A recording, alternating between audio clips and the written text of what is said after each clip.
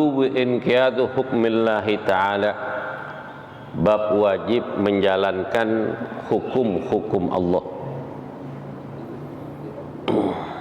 Qala Allah ta'ala, fala rabbika la yu'minu hatta yuhakkimuka fima syajara bainahum summa la yajidu fi anfusihim harajan mimma qadaita wa yusallimu taslima. Pasal ini bab hukum menjalankan hukum Allah Ta'ala dan bagaimana sambutan seseorang yang diajak kembali kepada hukum Allah Ta'ala, atau diperintahkan amal ma'ruf wa ma bil ma'ruf wa nahya 'anil munkar, dan diperintahkan di dalam melakukan kebaikan dan melarang daripada kemungkaran.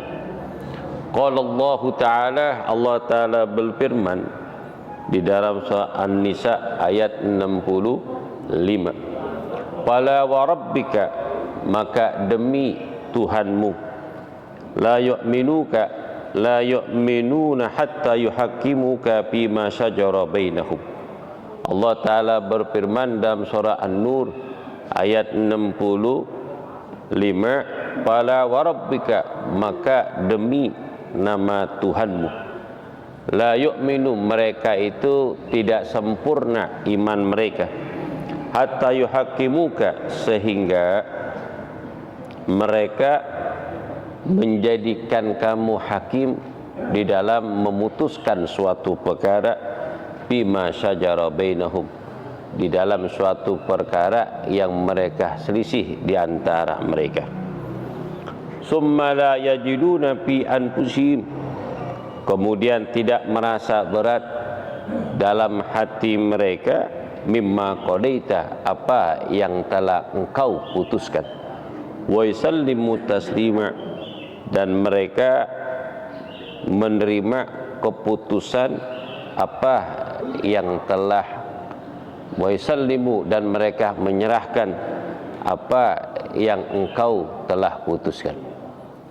Di dalam ayat ini surah An-Nur ayat 65, Allah Ta'ala menjelaskan bahwasanya kewajiban kita bagi umat Islam yang beriman kepada Allah dan Rasulnya untuk taat apa yang telah Allah putuskan di dalam kitab Allah dan sunnah baginda Nabi besar Muhammad SAW, di dalam perintah yang Allah perintahkan kepada kita. Hukumnya wajib menjalankan dan tidak boleh ragu sedikit pun ataupun tidak menjalankan perintah Allah Subhanahu wa Ta'ala. Seperti Allah perintahkan kepada kita di dalam melaksanakan ibadah solat yang Allah wajibkan kepada kita, wajib kita jalankan apapun keadaan kita. Allah Ta'ala berfirman, wa'budullah hatta ya'tiyakal yakin, sembahlah Allah sampai datang kematian. Solat itu hukumnya wajib selagi akal kita masih ada. Kalau enggak mampu berdiri, solat dalam keadaan duduk. Kalau duduk dia enggak mampu, maka solat dalam keadaan berbaring. Kalau enggak bisa berbaring, kemudian tidak bisa mengisyarahkan ruku' dan sujudnya dengan gerakan, maka isyarahlah dengan menundukkan kepala. Kalau kepala enggak bisa bergerak, maka isyarahkan ruku' dan sujud dengan isyarah jarul arkani bil ain. Kalau mata enggak bisa bergerak tapi ada nafasnya, maka jalankan rukun salat tu bigelbi jalur arkanu bigelbi.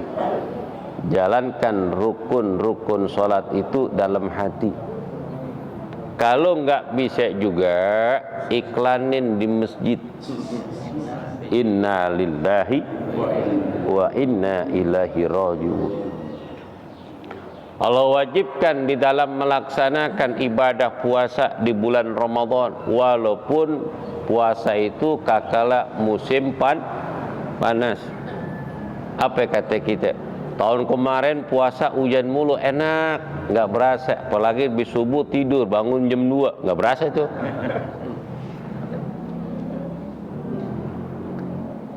Tiba-tiba puasa panasnya bukan main. Tahan kita, kuatkan iman kita kepada Allah Ta'ala, tunduk dan patuh perintah Allah. Yang namanya puasa di bulan Ramadan dari semenjak adzan subuh sampai maghrib, nggak boleh ngelanggar. Saya puasa pusat buka zuhur, jangan, kecuali bocah. Taat perintah Allah dan Rasul. Rezeki lagi banyak-banyak ini, wajib mengeluarkan zakat. Taat perintah Allah dan Rasul. Hukumnya wajib menjalankan hukum Allah. Ketika berumah tangga, dulu dalam keadaan bujang, dalam keadaan sendiri, kemana aja boleh. Paling orang tua kita yang nanya, kemana kita berada. Ketika kita udah berumah tangga, punya rezeki yang Allah berikan kepada kita, wajib memberikan nafkah orang yang wajib ditanggung, seperti istri dan anak dan orang tua dan mertua dan para kerabat kalau mereka nggak mampu dari kerabat kita. Wajib tuh. Wajib. Begitu juga wajib menjalankan hukum Allah, seperti burung, binatang yang kita piara, wajib diberikan makan. Burung ditangkap, ditaruh di mana? Di kandang, kasih makan, kasih minum. Kalau dia laki, kasih betinanya. Betul? Ini miara sesuatu kasih makan kagak, dosa. Dosa. Dan memerintahkan amal ma'ruf dan nahi mukar, ini yang paling berat. Kalau orang menjalankan yang Allah wajibkan kepada kita, itu hubungan kita dengan Allah.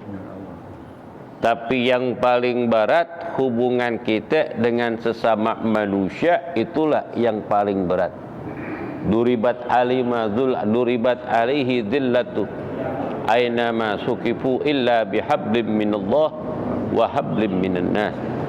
Di mana saja kamu berada mendapatkan kehinaan, kecuali kalian berpegang teguh dengan hukum Allah, dengan menjalankannya dan berhubungan baik dengan sesama manusia.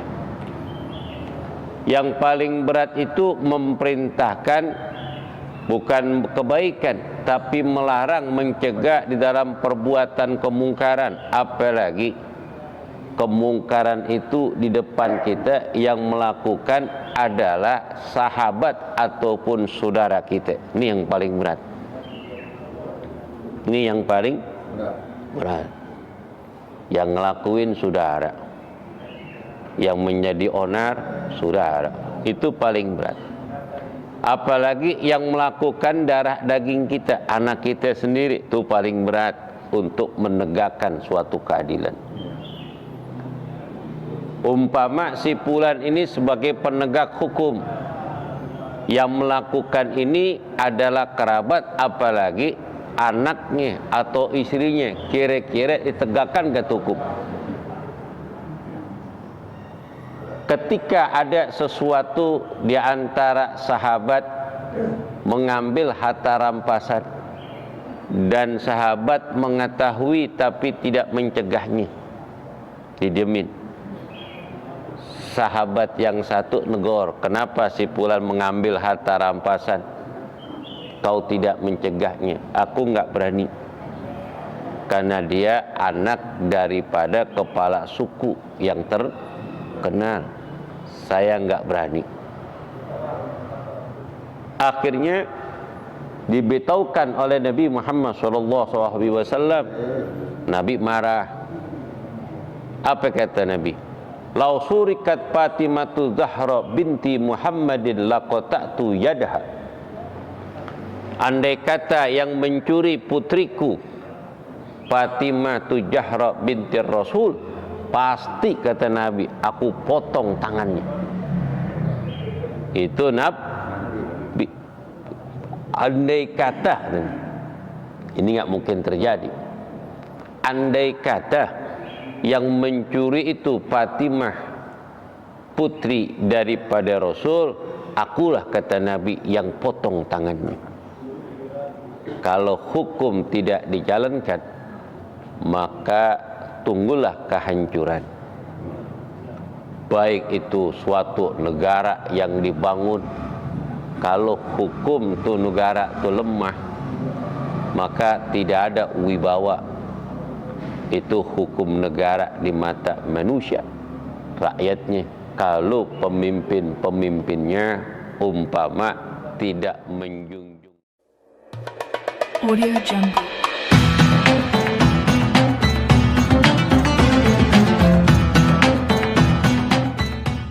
Baru yang lebih dahsyat. Makanya korupsi dari dulu, yang korupsi itu pada kabur-kabur ke Cina. Sampai sekarang nggak ketangkep uang rakyat yang diambil. Apakah selesai permasalahan? Bikin ruwet, bikin banyak. Kenapa? Karena jadi contoh. Si Fulan mencuri uang rakyat, kabur, nggak ketangkep. Kayaknya dilindungin, kayaknya. Kalau gitu gue juga dah coba-coba. Si Fulan 50, gue coba dah 1 triliun. Mega. Berapa ribu penjabat, berapa juta penjabat. Kalau tampang bejat seperti itu, hancur gak ini negara? Nah, hancur. Makanya tegak keadilan. Tegak itu hukum. Hukum itu sama di mata keseluruhannya. Baik di penjabat, mantan penjabat, ataupun rakyat biasa, tegakkan hukum. Walaupun yang salah atasannya, harus ditegakkan. Wala wa rabbika, maka demi Tuhanmu, la yu'minu, mereka tidak sempurna iman mereka, sehingga mereka meminta kepada engkau sebagai hakim di dalam memutuskan suatu perkara. Sekarang Nabi udah nggak ada. Tapi Nabi berpesan, al ulama warisatul anbiya. Nabi itu ada, Nabi udah nggak ada, tapi Nabi berpesan, ulama itu pewaris para nabi. Bagi mereka yang diberikan kecukupan dan keluasan ilmu yang Allah berikan kepada beliau, dan dia menjalankan apa adanya sesuai dengan kitab Allah dan sunnah dan ijma'ul para sahabat dan ulama menurut kitab-kitab yang telah ada daripada pada kitab-kitab pendahulu nih, seperti kitab Riyadhus Shalihin, betul kan? Kitab-kitab pendahulu nih dibacakan dan dijelaskan dengan sebenar-benarnya. Di dalam sesuatu yang mereka perselisihkan, kemudian mereka menerima putusan yang telah diputuskan dan menerima dan berserah diri di dalam sesuatu keputusan. Ini hukum Allah, harus dijalankan. Umpama di dalam pemasalah ilmu waris, kata saudara kita yang perempuan, bagi rata aja, bagi rata. Kenapa kata yang saudara yang laki, kenapa kok bagi rata? Karena bapak ketika sakit gue yang ngurusin, yang ngasih makan saya, mandiin saya, yang nyebokin saya. Sampai keluarga itu telantar. Bagus suami saya sabar banget. kalau kamu pengen cari ridho Allah, kamu urusin tuh orang tua. Abang gimana? Ya abang mah santai aja, kecuali baru berumah tangga, kecuali baru berumah tangga udah 20 tahun, kecuali baru 3 bulan ini nih. Oh 3 bulan baru, udah 20 tahun udah kemana-mana. 20 tahun kau bersama saya, khidmah kepada saya, jalan apa adanya. Sekarang tuh orang tua urusin. Saya reto. Cakep gak punya suami begini? Cakep bener. Ada duit apa-apa ambil aja tuh. Jangan perhitungan sama orang tua. Tuh kata suami. Nih, urusin ke rumah sakit apa aja. Jangan minta ame saudara. Jangan minta ame siapa yang berkorban, yang berjuang ngurus orang tua, insya Allah keberkahan di bakalan dapat. Setelah selesai pengurusan orang tua dari sakit sampai meninggal dunia, kakala pecah waris tuh biasanya saudara yang kagak mau tahu, yang nutup mata. Kadang setelah ini itu biasanya minta bagian banyak tuh. Sabar, empoknya pun kagak mau kalah. Saudara yang perempuan gak mau ngalah. Lu kan enak anak laki, gak ngapa-ngapain, gue yang ngurusin, kata saudara yang perempuan. Kata yang laki, ya gimana po ya, namanya kewajiban orang tua sakit, ya empok ngurusin, ya wajar empok orang perempuan, iya gak? Orang laki kan bisa ngomongnya. Baik. Urusan warisan sesuai dengan kitab Allah dan sunnah. Sesuai dengan kitab Allah dan sunnah. Orang laki 2 bagian dari hak seorang perempuan. Panggil guru, mutusin suatu perkara, maka di putusan suatu perkara itu apa yang telah Allah tetapkan di dalam ayat Al-Quran dan sunnah baginda Nabi Muhammad SAW, harus menerima suatu keputusan. Begitu seadil-adilnya di dalam kitab Allah. Udah selesai, kemudian saudara laki udah mendapat bagiannya. Kemudian saudara laki mengatakan, ini bagian saya kan 2 bagian, saya dapat tanah orang laki 2000 meter, perempuan dapat 1000 meter. Ini, saya tambahin 500. Ya, baru bagus ya. Cakep tuh. Yang penting jalanin dulu hukum Allah, baru dijalankan yang lain. Hukum Allah dan sunnah. Bagaimana pusat? Saya punya warisan harta, saya akan wariskan ke anak pukul rata. Silakan, itu bukan warisan, itu namanya hibah. Tapi suratnya pegang. Jangan dihibahin ke anak-anak, umpama suratnya diberikan atas nama masing-masing, suratnya dipegang. Ini berantakan ntar. Dijual-jualin. Nanti babanya mati, alasannya gue belum dibagi apa-apa. Padahal udah beliin tuh tanah, nama masing-masing, suratnya dipegang. Nanti orang tua meninggal, tuh tinggal ambil. Tapi semuanya masih punya baba, cuman atas nama lu. Gitu. Takutnya atas namanya dia kontrakan ruko diambil, kontrakan bulanan tahunnya diambil, pas babanya mau minta udah diambil duluan manak. Baba udah tua kan, perlu juga bakal ngaji. Betul gak? Perlu bakal ngaji, nara duit kotak. Kemarin Ustadz Fikri ngumumin pelelangan buat lantai. Alhamdulillah baba ada rezeki, ngikut bagian bakal buat akhirat tuh. Makanya kalau baba kita rajin ngaji, bekelin. Ini besok pengen ngaji di Masjid Darussalam, tuh di baju koko kasih duit 200.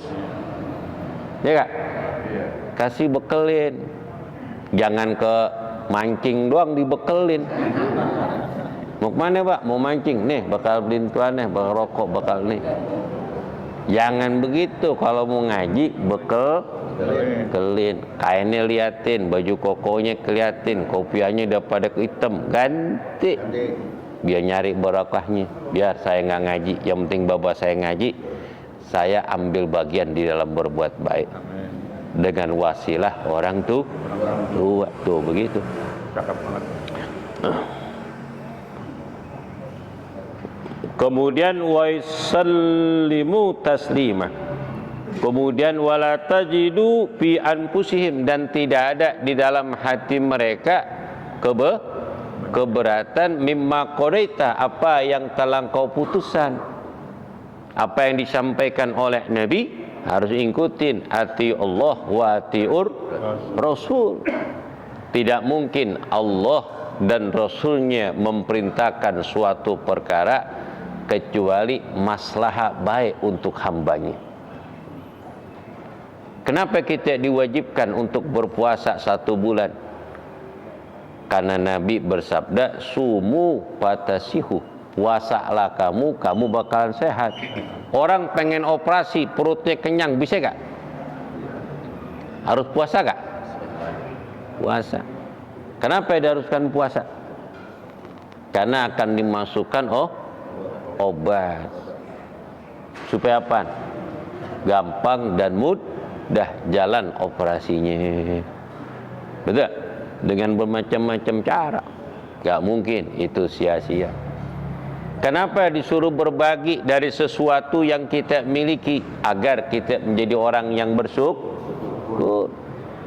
Kita berbagi. Orang yang berbagi adalah orang yang hebat, orang yang peduli nasib orang lain dari kesusahan orang lain. Itulah orang yang sukses. Dia mau berbagi. Kita berbagi kepada seseorang, suatu saat nanti ketika kita susah, Allah akan tolong kita. Uzkuruni azkurkum waskuruni wala takfurun. Ingatlah engkau kepadaku, janganlah engkau lupa kepadaku. Bersyukurlah kepadaku, niscaya aku tambahkan. Uzkuruni azkurkum. Ingatlah engkau kepadaku, aku pun akan ingat kepada engkau. Ta'arraf ilallah firraha ya'rifuka fisyiddah. Perkenalkan diri kita kala kita lagi senang, lagi jaya, lagi sukses. Nanti Allah akan ingat, Allah tolong kita apabila kita dalam keadaan terpuruk. Alhamdulillah. Qala Allah Ta'ala, innama qaulal mu'minina ijad'u ila Allah wa rasulih liyakuma bainahum an yaqulu sami'na wa ta'na ulaika humul muflihun.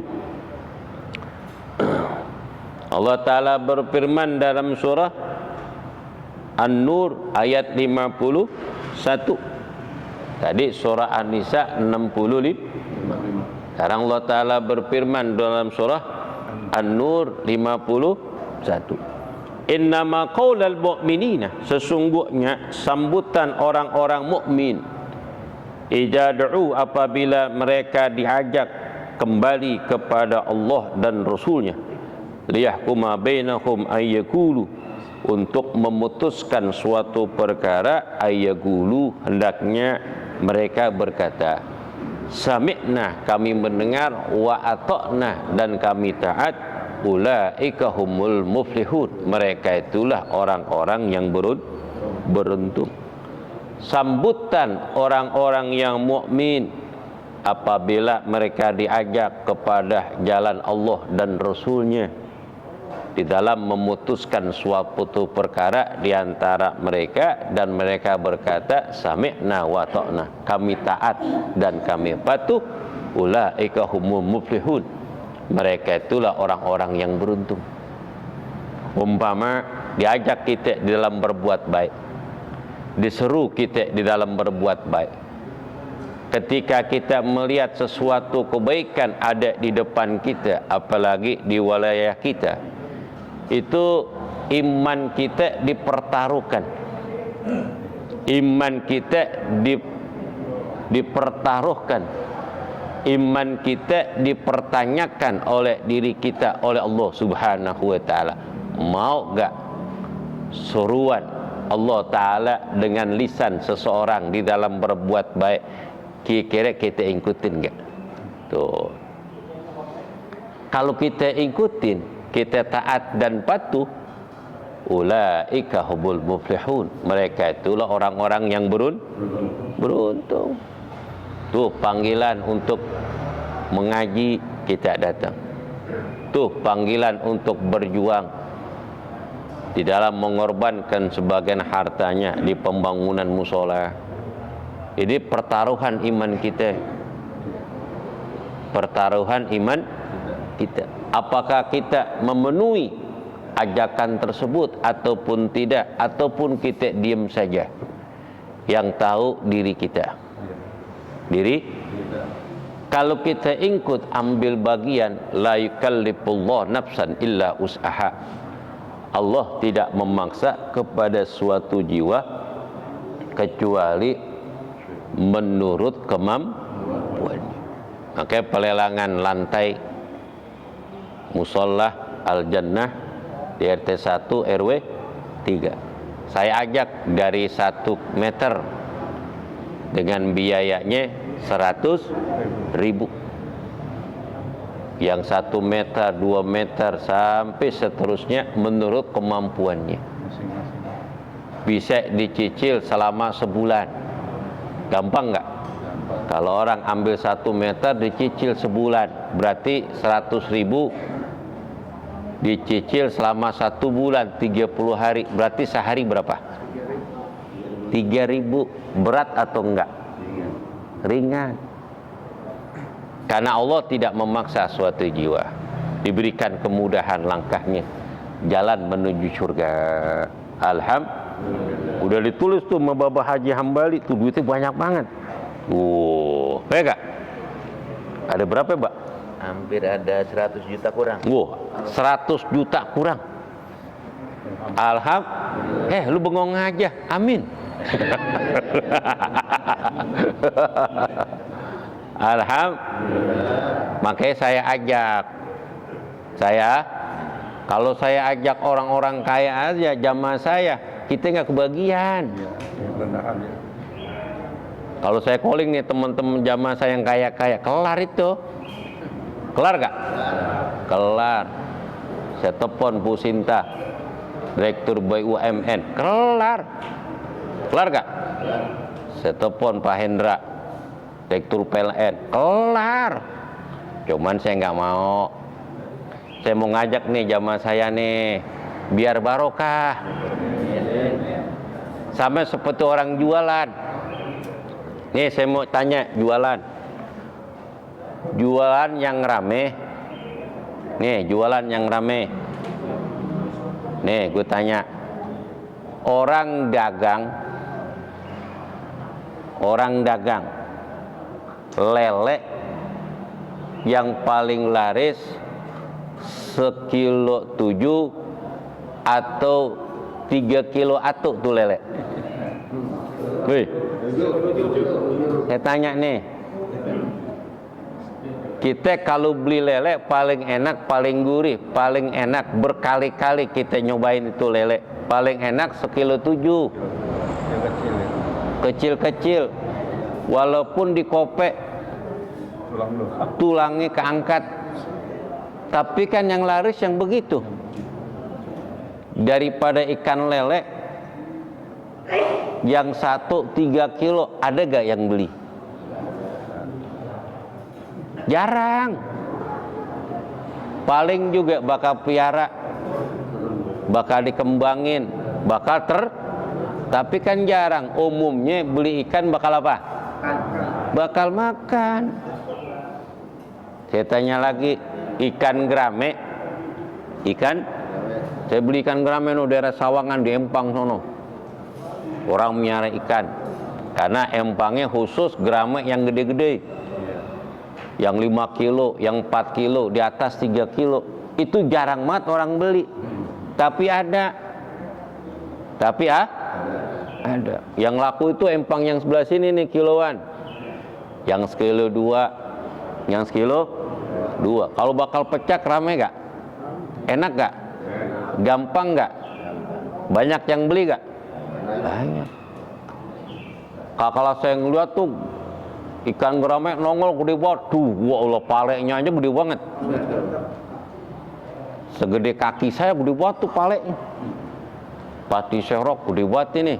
Coba saya pesan ini, berapa? Tahu-tahu 4 kilo.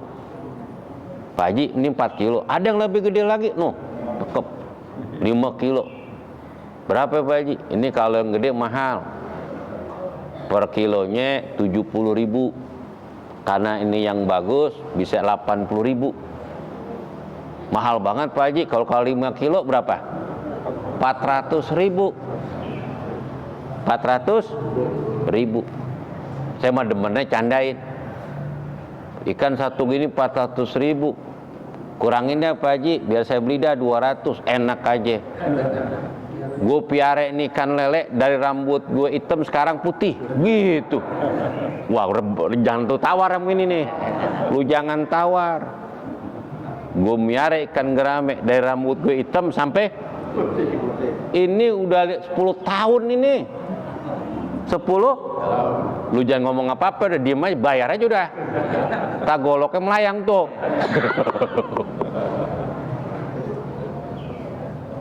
Tapi ada gak yang beli? Ada, tapi jarang. Orang kaya? Kita. Memang Allah kepengen. Allah berikan keberkahan pahala buat kita untuk amal jariah kita. Allah akan berikan rezeki yang banyak kepada kita. Allah Ta'ala akan kabulkan hajat dan niat kita. Kalau orang kaya turun tangan, kita ngedapat apa bang? Iya.